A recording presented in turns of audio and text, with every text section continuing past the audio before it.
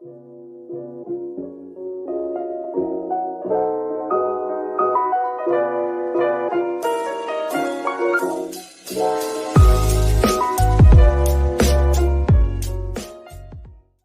guys, I'm Dee Dee West. Welcome to Broken Limelight. Here I'll be telling stories about true crime and scandals among celebrities like Hollywood stars and famous rock and rollers. Today I'd like to tell you the story of Mackenzie Phillips. I want to go ahead and give you a trigger warning right away. This story does contain themes like drug addiction and incest, so if you don't want to hear about that kind of thing, this would be a good time for you to change the channel. Mackenzie was born Laura Mackenzie Phillips to Susan Adams and John Phillips. She was known for her role in the movie American Graffiti and the sitcom One Day at a Time in the 1970s. If you're about my age, you might remember her from her roles in the TV show So Weird from the Disney Channel. She also appeared on season 3 of Celebrity Rehab, and more recently she was in Orange is the New Black. Mackenzie's parents, John and Susan, had 2 kids, Mackenzie and Jeffrey, but they didn't stay together very long. When Mackenzie was about 2 years old, John left Susan for a 16-year-old girl named Michelle. John was about 25 at this time. Susan was a really proper lady. She was described as sweet and warm and always made life fun for the kids. This was up until she started dating a guy named Lenny who was abusive, and Susan became an alcoholic. John ended up marrying Michelle in 1962, and in 1965 they formed the band The Mamas and the Papas. They became famous practically overnight, and now that they're rock stars, they decided to move to Los Angeles. Susan and the kids were living in Virginia at the time, and they ended up following John out to Los Angeles. On Friday nights, the kids would go stay with John and Michelle for the weekend and basically went into party mode. John was a rock star and a party person, and he was just a super charismatic dude. He liked to party and have friends over all the time. And after he became fabulously rich and famous, he started having rock stars over at his house to party all the time. So Susan and the kids were originally living in Virginia. Then after John got famous, him and Michelle moved to Los Angeles, and Susan and the kids eventually followed. On Friday nights, the kids would go stay with John and Michelle for the weekend, and they basically went into party mode. One thing about John is that he always put his own pleasure before anything else, and sometimes that ended up putting the kids' safety at the bottom of his priority list. He was all about love and hedonism, and he never gave his kids any rules, so Mackenzie was known to sneak out of the house in the middle of the night and jump into the pool or the ocean naked. Mackenzie and Jeffrey would basically have to look for their own food because none of the adults would ever offer them anything to eat. The house was pretty much complete chaos. So these are just a couple of stories about Mackenzie's childhood just to give you an idea of what it was like in John's house. When Mackenzie was 7 years old, Michelle calmly gathered supplies and pierced Mackenzie's ears. Mackenzie later found out that Michelle was actually on LSD when she did this. One time, shortly after Mackenzie turned 10 years old, she was starting to go through puberty. Again, John had all of his famous rock star buddies over. In front of all the adults, John says, "Look at my little girl. She's poppin' tits." In her memoir, Mackenzie says that word still makes her cringe. On the same day that John made that comment, he gave Mackenzie a big girl job. He taught Mackenzie how to break up weed and roll joints. He even taught her how to stick 2 papers together to make a fatty. I'm going to tell you, I had no idea that was a thing, so I guess I'm in the wrong time period. So since John's basically like father of the year, a lot of times he would just send a car or a limo to go pick the kids up from Susan's house and bring them back over to his house. And a lot of times when the kids got there, there would be nobody home and they would just have to sit around and wait for John or somebody to get there. One time, Mackenzie was sitting there by herself waiting for her dad to come home, and who shows up but Donovan. Donovan was a singer-songwriter. He was probably best known for the song Mellow Yellow. So Mackenzie and Donovan started hanging out, and they decided that they were going to make some brownies for lunch. So they start mixing the brownies together, and after they put them in the oven, Donovan suddenly says, "Oh, you can't have any of these." Mackenzie's like, "What the fuck, man? I mean, remember, she's 10 years old. And Donovan goes, "Oh, these are special brownies for adults." Apparently, Donovan had found John's stash and poured it into the brownie mix. But Mackenzie takes one look at the brownies and she's like, "Fuck that. They look like regular brownies to me." So she takes one, and then she takes another, and then another. And pretty soon, Donovan and little Mackenzie are baked off their asses, laughing hysterically, and they're like sliding down the stair rails, just high as fuck. So Mackenzie got her first high at age 10. In case you're interested, Mackenzie has a ton of stories like this with multiple celebrities, and you can read all about them in her memoir. It's called High on Arrival. When Mackenzie was 11, she tried cocaine for the first time. Her and her brother Jeffrey found it while snooping around the house. I mean, it's not like it was hidden or anything. And the thing is that Mackenzie and Jeffrey saw people doing drugs all the time. It didn't seem like something bad. I mean, all they knew of it was that it was something that rich and famous celebrities did, so if anything, it probably looked glamorous to them. Nobody ever talked about drugs like it was a bad thing. This environment and lifestyle set the foundation for the rest of Mackenzie's life. So when Mackenzie's mom, Susan, marries this guy named Lenny, he starts beating the crap out of Susan. Before long, he ends up fighting with Jeffrey and he moves out. And then not long after that, he loses his shit on Mackenzie and she moves out too. So Jeffrey and Mackenzie each end up going to live with their dad. So now Mackenzie and Jeffrey are living at John's house again with no rules. So they're pretty much free to just ask him for money or drugs whenever they want, and he always said yes. Whenever John would have parties, Mackenzie would stay and hang out so she could get high with everybody. To give you another example of how few fucks John had to give, John actually had pre-signed a bunch of blank sheets of paper so Mackenzie could write notes for herself for being absent or tardy to school. This was pretty much because all the adults were on drugs and they were either sleeping in or too tired or just plain didn't feel like driving kids to school. Another shining parental moment. When Mackenzie was 12, she got a role in the movie American Graffiti. Her parents just bought her a ticket and put her on a plane to San Francisco by herself. So when she got there, the producer of the movie, Gary Kurtz, was like, "Hey, where's your guardian?" And Mackenzie was like, I don't know. My mom just gave me a ticket and put me on the plane. Mackenzie didn't know it at the time, but Gary and his wife ended up having to scramble to get her temporary guardianship so that she could stay with them throughout the filming. She didn't understand any of this until much later. So American Graffiti premiered, and John had a new wife named Genevieve, and they decided to ship Mackenzie off to boarding school in Switzerland. Not too surprising at this point. So after Mackenzie's in boarding school for a couple weeks, she suddenly gets called into the headmaster's office. And he's like, "Hey, your father hasn't paid your tuition, and we can't reach him." So he says, "You can stay in your room, but you can't go to classes or participate in any of the school activities." So Mackenzie ends up wandering around the campus for weeks without hearing from her father. So finally, after a few weeks, John finally sends a plane ticket for Mackenzie. She has this horrible trip. By this point, she's 14 and she's stranded in Europe by herself. She only speaks English. Her flight gets delayed or canceled. She breaks a heel in the airport. But as soon as she steps foot in the United States, she realizes that everybody's staring at her. She's famous. People are finally recognizing her from her movie. And because she was in Switzerland, she didn't really realize it until she got back. And for the first time, she's not just known for being Papa John's daughter. She's actually famous for her own work. So Mackenzie finds her dad waiting for her at the airport, and he's with her cousin Patty. Patty says, "Welcome home, kid," and hands her a couple of Quaaludes. So now that Mackenzie is known for American Graffiti and living in the house where there's no rules, she spends all her time partying and doing drugs and having sex whenever she pleases, just as she was taught. After a night out, Mackenzie was hanging out with her friends Billy and Jody, and they got picked up by a hitchhiker. They thought they recognized this hitchhiker, but at one point during the drive, Mackenzie says, "This isn't the way to my house." So the driver says, "I think the gas cap's loose." So Jody and Billy hop out to check it, and Mackenzie tries to get out, and he stops her, and he says, "You stay here." She tries to lunge for the door, and Billy catches on to what's happening and tries to grab her arm to pull her out, but while she's halfway in and halfway out of the car, the guy put a knife to her throat, and he stepped on the gas pedal. So the car's dragging Mackenzie in the dirt and forcing Billy to lose his grip on her. Once Billy and Jody are way back in the dust, the guy stops and pulls Mackenzie back into the car and rapes her. He told her repeatedly that he was going to kill her. When he was done, he threw her out of the car and sped away. Mackenzie ran all the way back to her friends with her clothes all torn up.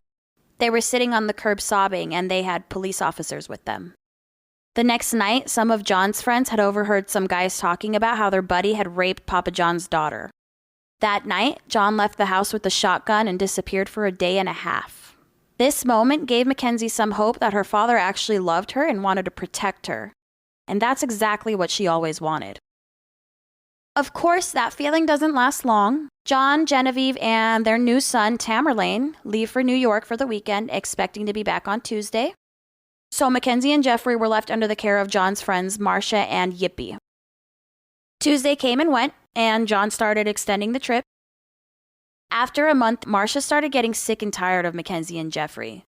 I mean, they're constantly partying and doing drugs and getting into trouble and don't listen to a soul. So Marcia calls John to complain.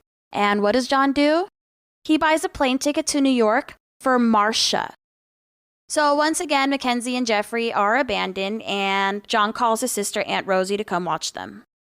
Long story short, John and Genevieve never come back. Aunt Rosie becomes the new caretaker. When Mackenzie was 16, she started working on a sitcom called One Day at a Time. She starred alongside Valerie Bertinelli, who played her sister, and Bonnie Franklin, who played her mom. They all formed a really close bond, and also Mackenzie's Aunt Rosie and her daughters, Patty and Nancy, also got jobs working on the show. So Mackenzie's finally surrounded by family, which is something she's never experienced. If you recall Mackenzie's experience working in American Graffiti when she was only 12, her parents just sent her off on her own, and then literally everyone in the cast was like at least 18. So her time on One Day at a Time was really her first time feeling like she had a family. However, the one person she really wanted to be close to was her dad. But John was just John. So one day, John and Genevieve said that they would come watch the show from the live audience, and Mackenzie asked the producer to reserve 2 seats for them. Mackenzie was like looking through the curtains before the show, and the whole time she was on stage, she was glancing at the audience, and the seats were still empty. He never showed up, and unfortunately, this was the first of many times. After the first season of One Day at a Time, John let Mackenzie spend the summer with him and Genevieve in London. So one night, John has Keith Richards over to hang out, and they're like crawling all over the floor looking for drugs, and they decide that they're just going to go out and score. So they told Mackenzie that they would meet her at Keith's house and to just wait for a driver to show up, and he would be there to pick her up shortly. She ended up waiting and waiting all night, and nobody ever showed up for her. She fell asleep waiting, and at some point in the middle of the night, she woke up to find all the power out. It was likely that John just didn't pay the bills. This was something that he had commonly done. Her phone was actually dead, so she was 16 and all alone in this big flat with no power, no lights on, and once again sitting there waiting for her dad to show up. Mackenzie describes this as being a really dark experience. She knew full well that there was no guarantee that her dad or anybody would ever come back for her.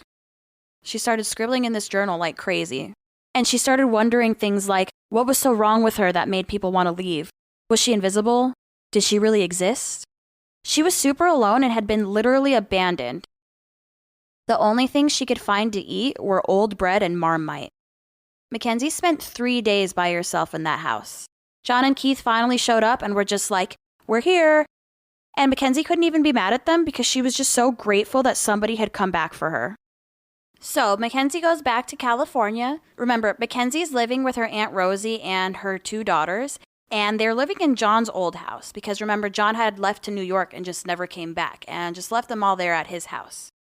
So originally he's paying the bills and supporting them, but he eventually just stops.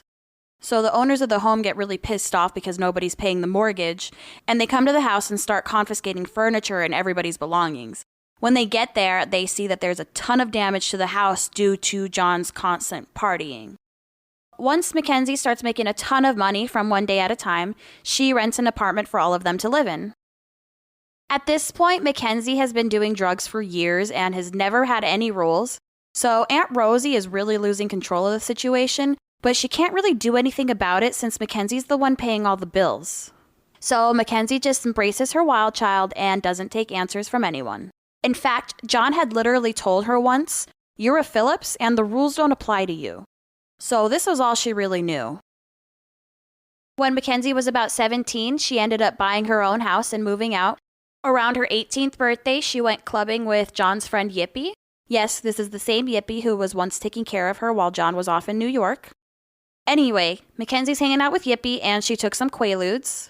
Yippee pulled over to pick something up from a club, and for some reason, Mackenzie got out of the car. She was wasted, and she apparently started stumbling up to some police officers saying that some guy was bugging her, and as soon as they realized who she was, they arrested her. When her dad heard about her arrest, he told her, "It's about time you've proven that you're a real Phillips." When Mackenzie was 19, she made a guy named Jeff Sessler. After 5 days of seeing each other, they decided to get married. Everyone around her warned her not to marry Jeff.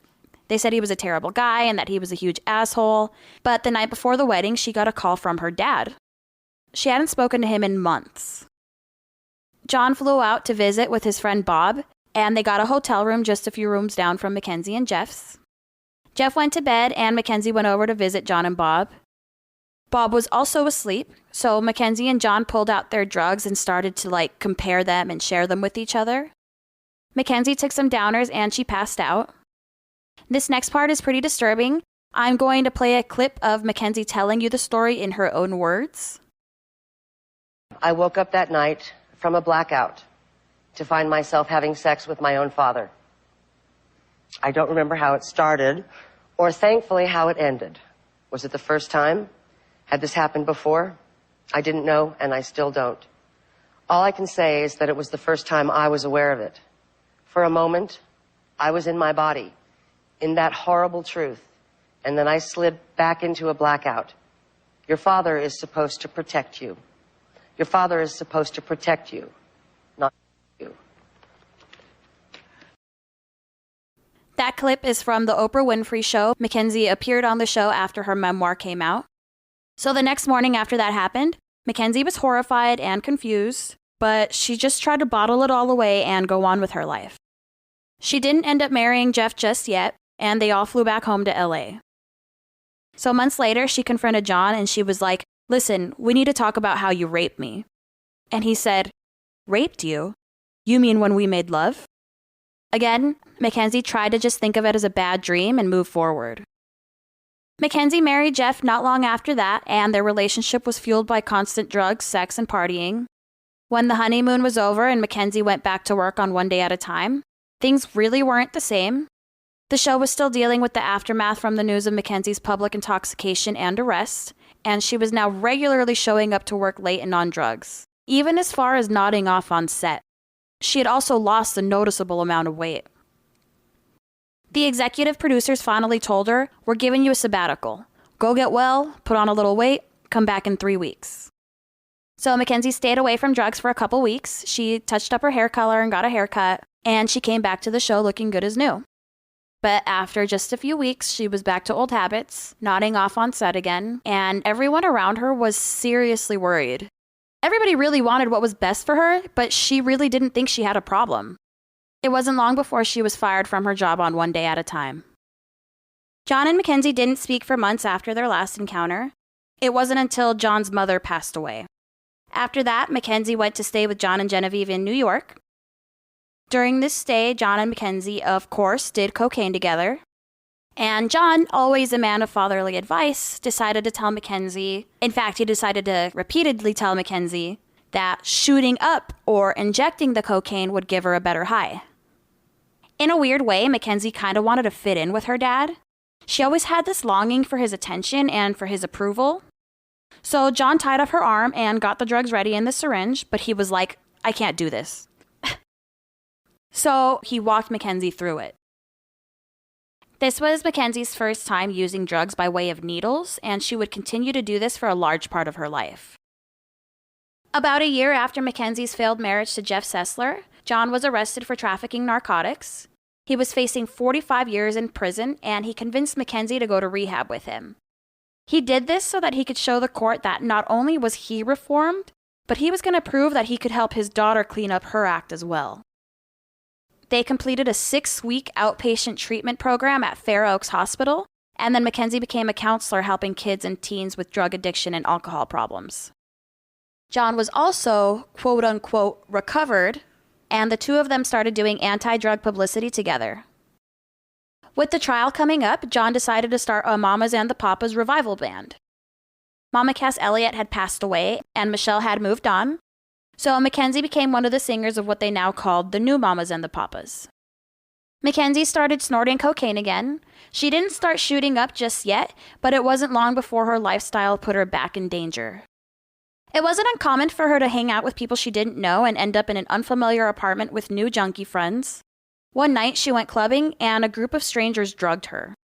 She last remembers walking out of the club wearing a dress and holding a cocktail, and suddenly she woke up in a strange place wearing sweatpants.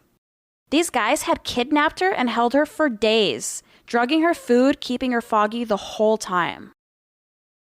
After 5 or 6 days, John's friend Big Sal came busting through the door. He grabbed her in her clothes and threw her over his shoulders and put her in a limo and took her home. After the new Mamas and the Papas started touring, Mick Barakin joined the band. Mick and Mackenzie fell in love quickly, and they would later get married and have a son named Shane. But there was something dark going on while the band was touring. John and Mackenzie started having sex regularly. First of all, this was not consensual. It started like this. The band would play show after show, and the Mamas and the Papas would party afterward. Mackenzie would black out, and in the morning, she would wake up in her father's bed with her pants down around her ankles, and her father sleeping next to her naked. She'd wake up with no memory of what happened. She just wanted to purge this experience from her memory, but she was always this little girl just begging for his attention and his approval. And John was a man who knew no boundaries. He had no rules. His own pleasure was his highest priority in life. Mackenzie was really freaked out, but she really didn't know what to do. Unfortunately, that night became one of many nights. She would go over to her dad's room after the shows, and even though she knew what might happen, she continued to go back. For one, she wanted to get drugs from him, and two, she probably wanted to spend time with him, and this was the one way she knew how to bond with him. The fact that she was blacking out throughout the encounters also made it easier for her to put the reality out of her head. Mackenzie actually says that the idea of sex with her father repulsed her.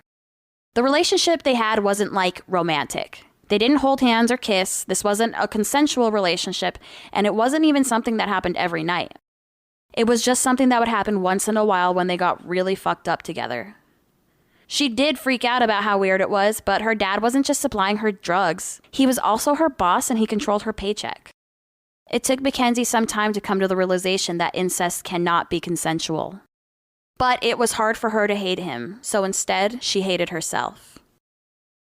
The quote-unquote relationship went on for years, until Mackenzie became pregnant.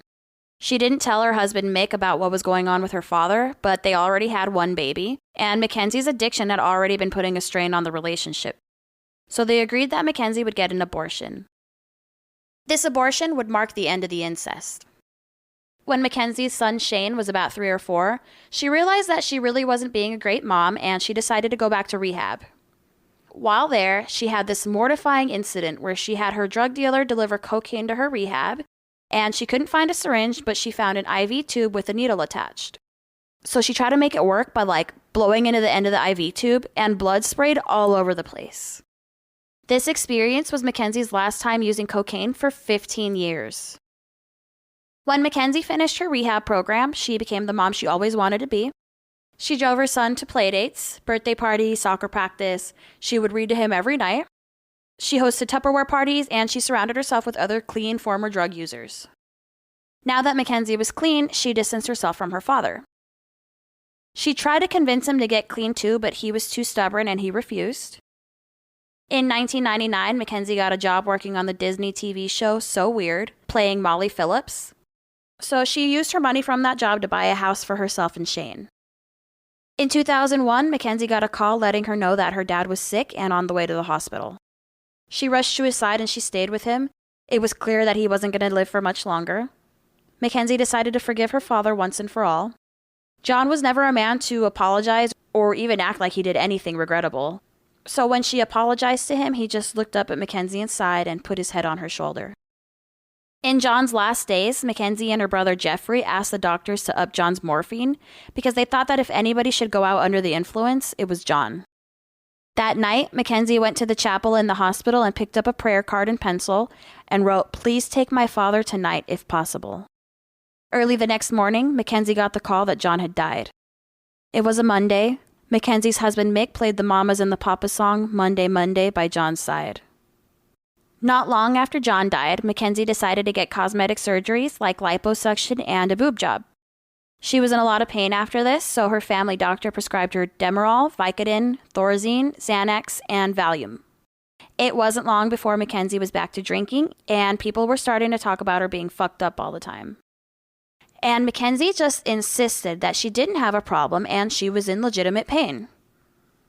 She eventually started using fentanyl and OxyContin and getting multiple prescriptions and filling them at multiple pharmacies.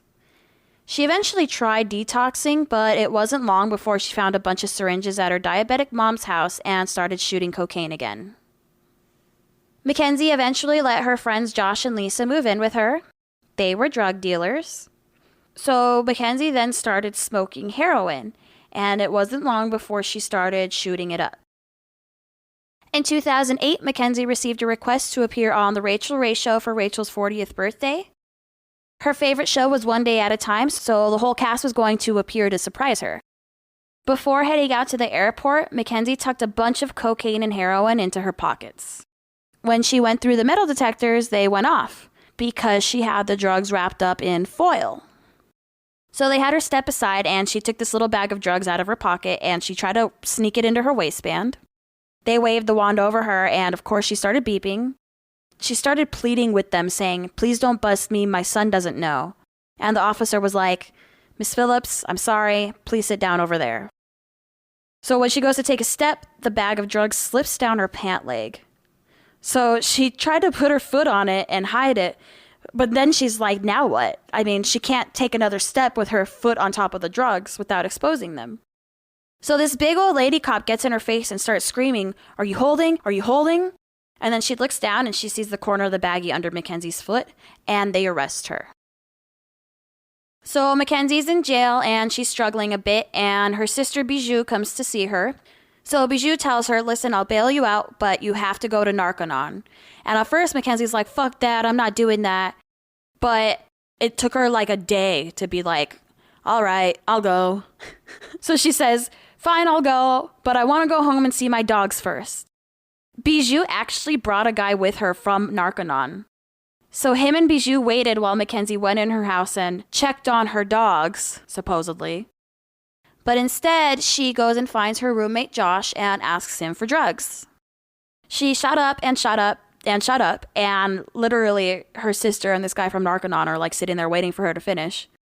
And she finally comes out of the bathroom and goes into her bedroom, and it's like everybody she knows is there. All her siblings, her son, some of her closest friends, everybody's in her bedroom. So at this point, she's finally like, "Okay, let's go." Mackenzie spent 3 months in Narconon.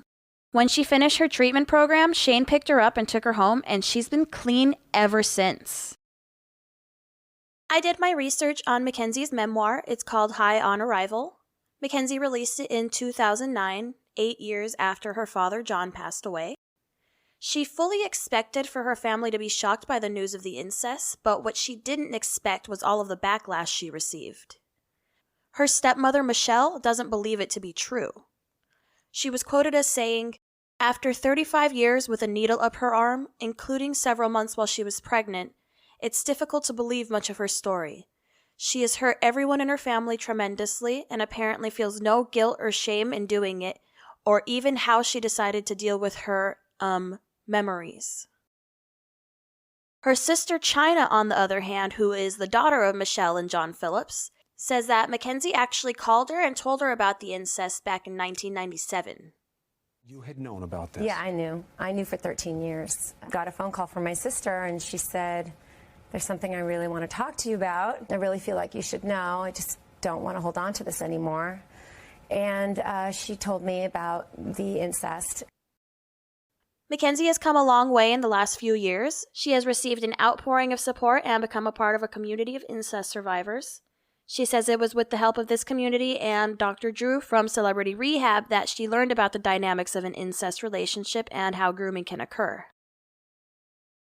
What I've come to realize is that I was sort of groomed to believe it was consensual, that I was complicit in some way, that because I didn't scream and fight and that I participated, that made me at fault. And of course that is the huge thing that all incest survivors suffer from is taking a portion of the shame and guilt onto their own backs. She now lives a simple life with her son Shane. I'm grateful for a simple life. I don't think that high on arrival would signify a person who would be able to go on and live a simple life, but that's what I'm able to do. I wanted to tell Mackenzie's story because I don't think she should be remembered from her time on Celebrity Rehab or in tabloids. Mackenzie was a victim, and now she's a survivor. Since 2013, Mackenzie has worked as a substance abuse counselor. She is now a manager and counselor at Breathe Life Healing Centers in West Hollywood, California. She has come an incredibly long way, and that should be recognized. So that's it for today. If you enjoyed this episode, please don't forget to hit the subscribe button. You can also follow me on Facebook at facebook.com/ddwestlv.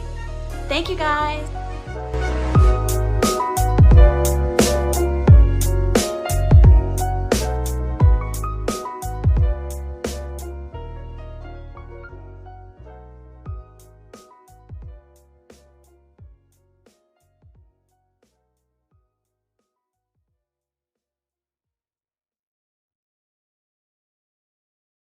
Barkbox, Barkbox, Barkbox, Barkbox. You guys know my dogs, Jude and Eleanor Rigby. Well, we just started getting them Barkbox, and I'm telling you, your dogs will love you. No more are they angry at the mailman. No more, I say.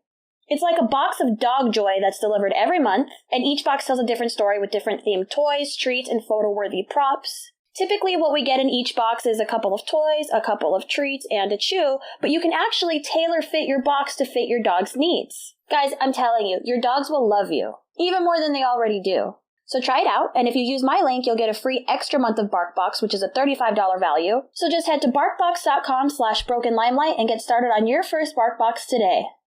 BarkBox, BarkBox, BarkBox, BarkBox. Nailed it, Jude.